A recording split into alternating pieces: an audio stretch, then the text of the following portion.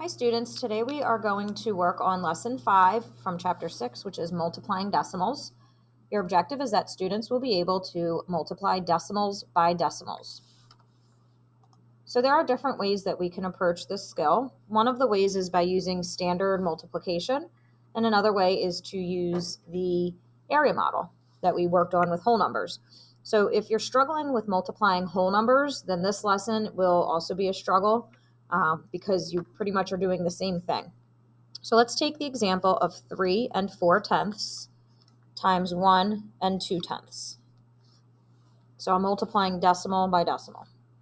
I do suggest doing an estimate for this skill, especially if the numbers in the ones places are not zeros, because it can help you to see if your answer is reasonable. So my estimate would be that this is close to 3, and this is close to just 1. So my estimate's going to be about 3.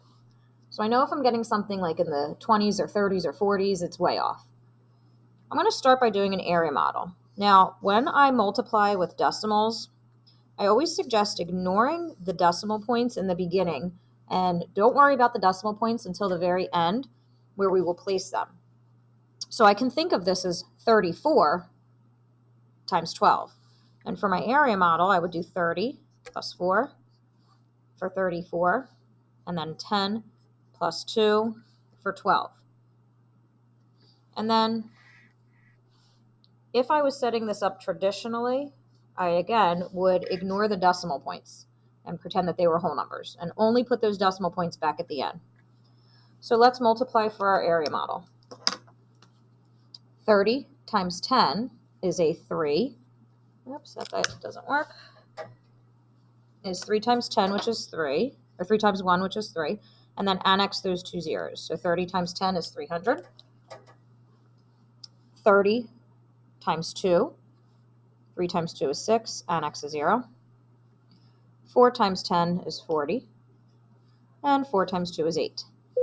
So let's, of course, hold please.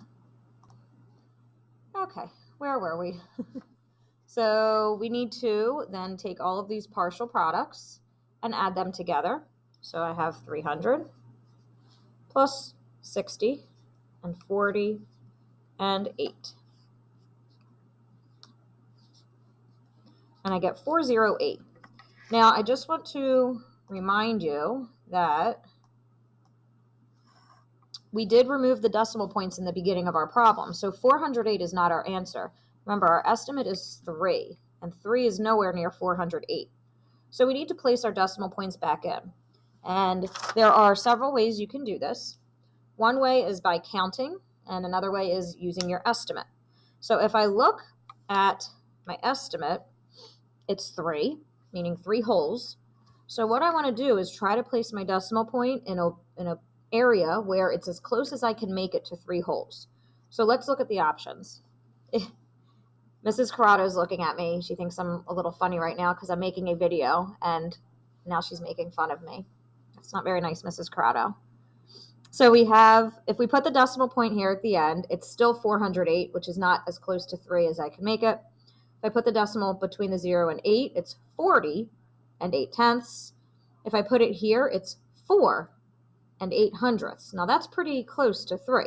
So my assumption is I'm putting it here between the 4 and the 0. The other method is to go into your original problem and circle all of the digits that are in the decimal place value. In other words, all the digits that are to the right of your decimal point. For example, the 4 is to the right of my decimal point, and so is the 2. So I've circled 2 digits. So that means that my answer must have 2 digits that are in the decimal point, that are in the decimal place. So if I put it here, I don't have any. If I put it here, it's just the 8, just 1. If I put it here, I have 2 digits after my decimal point.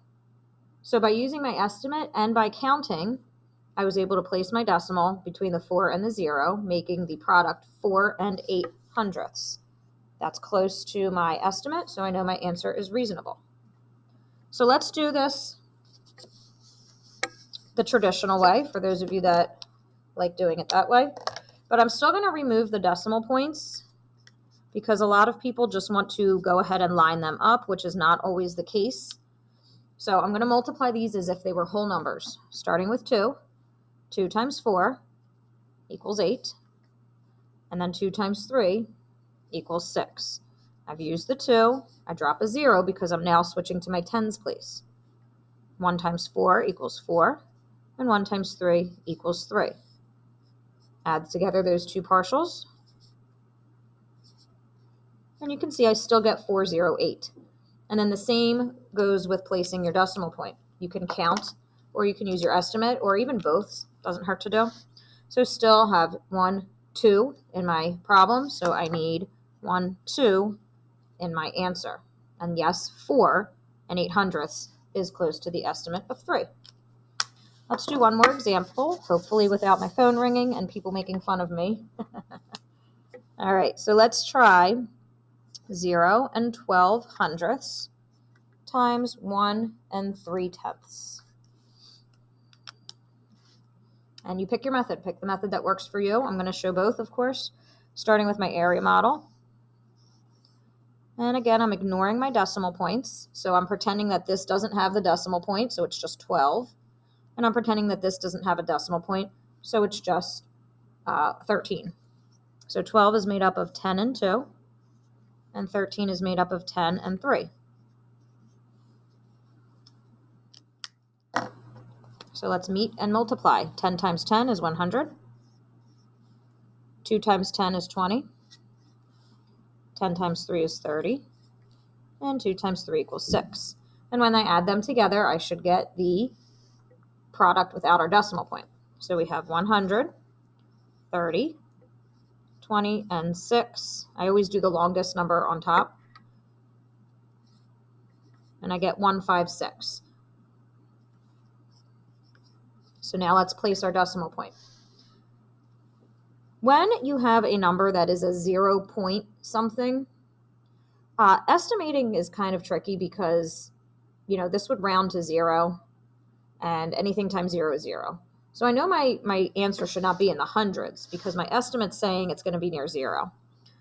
So this is a good time to circle all of the numbers in your decimal place value. So from the decimal point to the right, we circle. So here's the decimal point. Everything after the decimal point gets circled. Everything to the right would be the 3. So how many circles do I have? 1, 2, 3. Oh, look at that. The numbers match up. 1, 2, 3. So that means I need to have 3 decimal values in my answer. So starting over here, I need 1, 2, 3. They have to be after my decimal point. So I get a product of 0 and 156 thousandths. And that makes sense for my estimate, even though it's kind of a silly estimate because this would round to 0 and anything times 0 is 0, and that is close to 0. All right, the traditional method. Again, I'm ignoring my decimal points, so I'm taking 12 times 13. 3 times 2 equals 6. 3 times 1 is 3. I'm done with that 3, so I drop a 0. 1 times 2 is 2, and 1 times 1 is 1. Add those together, and I get the same digits, 156. And I would do the same counting, 1, 2, 3, 1, 2, 3, and then I put my decimal point, getting the same product.